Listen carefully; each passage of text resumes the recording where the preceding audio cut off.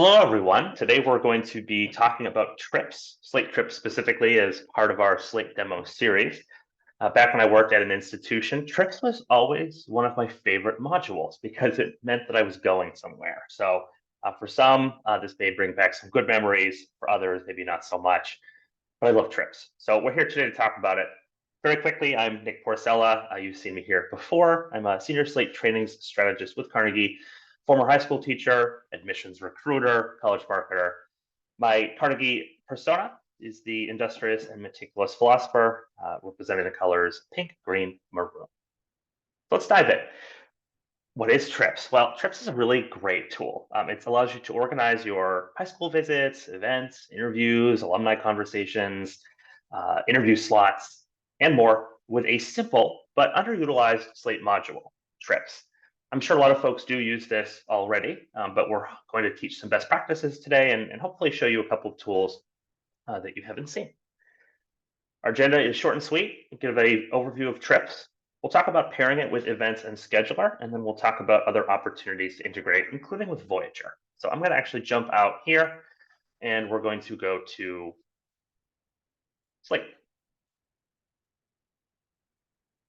This is our showcase environment. So all the data you see here is made up. It's all AI generated. So if you see any names, they're fake, unless it's my test record. Trips lives within the events module. And that makes sense. You have a lot of interfacing with it. And if you select on Trips here, you'll automatically be brought into a view that may or may not show some trips. It is its own module, but you see here you also have access to events, scheduler, and so on. And you may just see when you're coming in here, if it's blank and you're expecting to see something, you may have to just toggle between different folders and maybe your past trips. But for now, we're going to build something from scratch. It's as easy as new trip. And the only parameter you have to set is the name.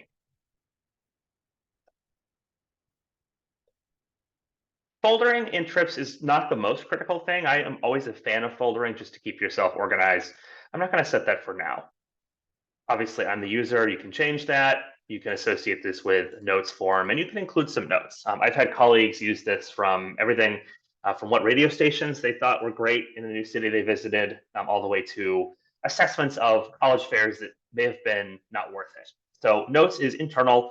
This tool, in fact, is all internal. So this is a pretty low stakes one to try out and explore. But no notes for now. We're just going to click save. All you need to start, again, is just the name. Now, there's two philosophies to trips, maybe more than two, and it just depends on your office. I think when I was working at an institution, my philosophy in the institutions was we're going to have one trip for each segment. So if I was traveling to Washington, D.C., Los Angeles, and Seattle, I would have a separate trip for each. I like that approach. That's how I usually do things. But it depends on the institution and your policies. Your institution may want all of your fall travel in one trip. So if you're going to New York, Dallas, and San Francisco in one season or one cycle, your team may want you to put that all in one. So it will just depend on the wants and desires of the team, but either one works. Just depends on a lot of preferences. You do have a map here that right now doesn't show much, and you'll see as we go, we're going to be adding itinerary expenses. Where a tool like Voyager does not work internationally, Trips is good anywhere, at least on this Earth. And let's talk about our options for adding to these trips. Trips is really an organizational tool. This is internal. You're going to use this to help you inform where you're going, what you're doing. And you have a few options here. New event, straightforward enough, is a way to create a new event. And so this allows us to talk about one of the main differences between events and scheduler. Is you have the scheduler option to add an event, and you can do that. I'm not going to fill in all the parameters today. We do have some events trainings that we can share at a later point, but our purpose today is really just thinking about trips. So for now, I'm just going to add in a couple things. I'm thinking about Pi Day, March 14th. And again, we're not so much interested in the nuances of this for now. We're going to pick a random pie shop. Look at that, that exists. But in any case, this is one opportunity to add an event, because you can do this directly from the scheduler or the Trips module. And once you click save, it will be available in events. So this is one option. And if I click save, a couple things happen. The map zooms in. It starts to actually indicate these little pinpoints where your stops will take place. And it includes this now as an event. If I now go into events, you see this has been added here. And so these things talk to each other quite a bit. Now, you can also add events directly from the events module. If you click new event, you would walk through that whole process exactly the same, with the exception of there's a section called trips, and you can associate it with that. So it's a 6 of one, half dozen of another type argument, totally a personal preference. Just keep in mind, if you delete the event from the trip, it will delete from the events module. So I recommend being very, very intentional about the way that you're using this, and check every step of the way. Am I meaning to delete this, or just mark it inactive? Am I meaning to mark this canceled? Because the data of canceled is better than not having the data at all. So this is just to show that you can add it from this module, which I find easier, or you can associate them with your actual events. New stop is similar idea, with the exception of that you have different choices for what you can indicate as a stop.